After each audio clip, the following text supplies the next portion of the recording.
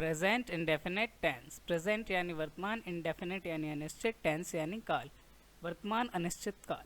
इस वीडियो में हम जानेंगे कि प्रेजेंट इंडेफिनिट टेंस के अंदर कौन कौन से सेंटेंसेस आते हैं, उन सेंटेंसेस की पहचान क्या होती है, कौन सी हेल्पिंग वर्ब यूज़ होती है उनकी फॉर्मेशन में, और कौन सी वर्ब की फॉर्म यूज़ होती है। ठीक है, this is the first part of the video.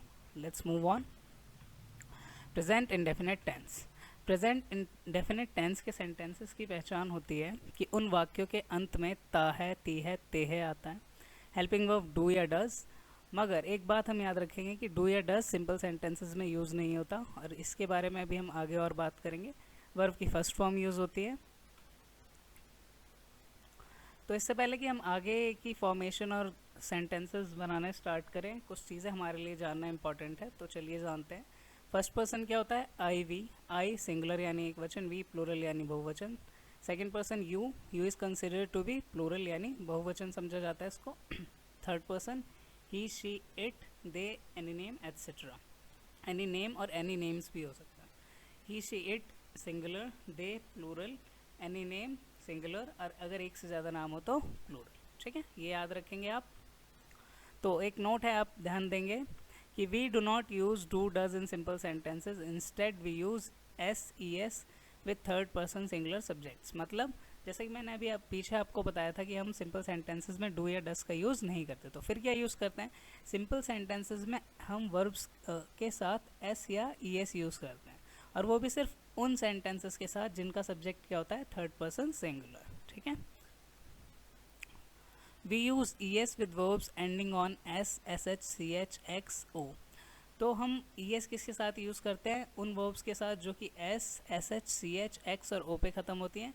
बाकी सब वर्ब्स के साथ हम क्या यूज़ करते हैं? S. The above rule applies only to simple sentences having third person singular as their subject। तो ये जो ऊपर लिखा हुआ रूल है, ये सिर्फ उन सिंपल सेंटेंसेस पे यूज़ होता है जिनका सब्जेक्ट क्या होता है? Third person singular. ओके, तो याद रखेंगे आप, ई एस किसके साथ यूज़ होगा? उन वर्ब्स के साथ जो S, S H, C H, X और ओ पे खत्म होती है। जनरल रूल क्या होता है किसी भी सेंटेंस की फॉर्मेशन का? Subject plus helping verb plus verb plus object. Subject क्या होता है? एक वाक्य के अंदर जो कार्य को करता है उसे सब्जेक्ट कहते हैं। हेल्पिंग वर्ब वो वर्ड्स होते हैं जो हमें पहचानने में मदद करते हैं कि कौन सा टेंस है, वर्ब जो काम हो रहा हो, और ऑब्जेक्ट जिसके लिए काम किया जा रहा हो। जैसे राधा गेंद पे लात मारती है, तो राधा किक्स द बॉल। अब राधा के लात मारने से क्या होगा? बॉल की पोजीशन चेंज हो जाएगी, that's why it's a object. Okay, आगे चलते हैं। आई राइट। ठीक है, तो मैं लिखता हूँ, इसका मतलब ये होता है आई राइट का। तो आई राइट में हमारा सब्जेक्ट क्या है? फर्स्ट पर्सन सिंगुलर, इसलिए हम राइट के साथ एस या ई एस नहीं लगाया। ठीक है, नेक्स्ट एग्जाम्पल हमारा क्या है? ही राइट्स। ही राइट्स में हमारा ही क्या है? थर्ड पर्सन सिंगुलर, और हम जानते हैं कि जब हमारा सब्जेक्ट थर्ड पर्सन सिंगुलर होता है तो हम वर्ब के साथ क्या लगाते हैं? एस या ई एस। मगर हमारा राइट जो है वो S, S H, X, C H या फिर ओ या फिर एक्स पे ख़त्म नहीं होता, इसलिए हम क्या लगाते हैं उसके पीछे? एस। ठीक है, Ram and Shyam call you. Ram and Shyam क्या है? थर्ड पर्सन है मगर सिंगुलर नहीं है, बट प्लूरल है, इसलिए हमने वर्ब के साथ, कॉल के साथ कुछ भी एस या ई एस में से कुछ भी नहीं लगाया। ठीक है, यू प्ले क्रिकेट। तुम क्रिकेट खेलते हो। ठीक, तो you is the second person, that's why we use nothing with play. Okay, आगे बढ़ते हैं, कुछ एग्जाम्पल्स देख लेते हैं। जैसे राधा स्कूल जाती है। राधा क्या है? Third person singular. स्कूल क्या है? ऑब्जेक्ट। जाना क्या है? वर्ब। ठीक, तो आगे चलते हैं, समझते हैं इसको कैसे होगा। Subject plus helping verb plus verb plus object. तो हेल्पिंग वर्ब हमारी डू डज होती है, मगर हमारा सिंपल सेंटेंस है इसलिए हम डू या डज का यूज़ नहीं करेंगे। ठीक, तो हम देखते हैं कैसे बनेगा ये sentence. Radha goes to school. जाने को क्या बोलते हैं? गो, और गो किस पे ख़त्म होता है? ओ पे, इसलिए हमने इसके साथ क्या लगाया? E S. ठीक है, Radha goes to school. Next example, Sunita and Kajal खाना पकाती हैं। सुनीता एंड काजल क्या है? थर्ड पर्सन है, बट अगेन ये सिंगुलर सब्जेक्ट नहीं है बल्कि प्लूरल है, इसलिए Sunita and Kajal cook the food, इसलिए हमने कुक के साथ एस या ई एस में से कुछ भी नहीं लगाया। ओके, सो मूविंग ऑन, कुछ और एग्जांपल देखते हैं। जैसे मैं तुम्हें पसंद करता हूँ।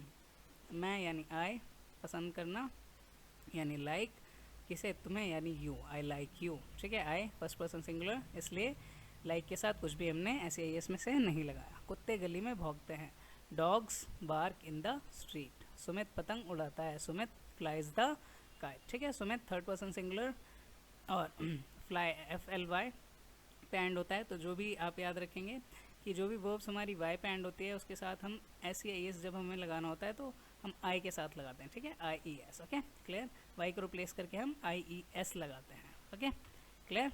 नेक्स्ट एग्जाम्पल, तुम मुझे बुलाती हो, यू कॉल मी, यू यानी तुम, ओके, कॉल यानी बुलाना, मुझे यानी मी, ठीक है, यू इज सेकेंड पर्सन।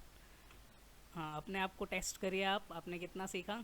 पहला सेंटेंस आप बना सकते हैं, हम बाज़ार जाते हैं। सेकंड, कविता को कविता सुनाती है। थर्ड, रमेश और सुरेश किताब पढ़ते हैं। फोर्थ, तुम मुझे खत लिखते हो।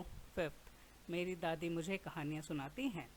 और अगर आपको ये वीडियो पसंद आई तो kindly like, comment and share and please subscribe to this channel. Thanks for watching.